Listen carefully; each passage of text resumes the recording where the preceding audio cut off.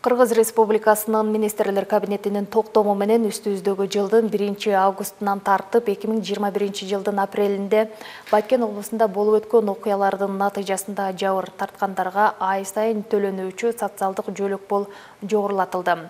Эмгек, социалдык камсыздоо жана миграция министрлиги билдиргендей, жөлөк пулдун өлчөмү 3700 сомдон 5500 сомго чейин көбөйтүлдү. Ошондой эле 2022 жылдын сентябрында Баткен жана Ош облустарында болуп өткөн окуялардын натыйжасында жабыр тарткандарга дагы ай сайын төлөнүүчү социалдык жөлөк пул каралып, анын өлчөмү 5500 сомду түздү.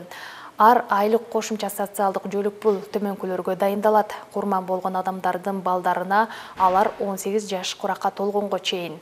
Курман болгон адамдардын ата-энелерине алар пенсия курагына жеткенде, эгерде курман болгон адам жалгыз баласы болгон учурда. Майыптыгы бар адамдар деп таанылган жабыр тарткандарга майыптыгы белгиленген датадан тартып медициналык, социалдык, эксперттик комиссиянын корутундусун колдонуу мөөнөтү аяктаганга чейин.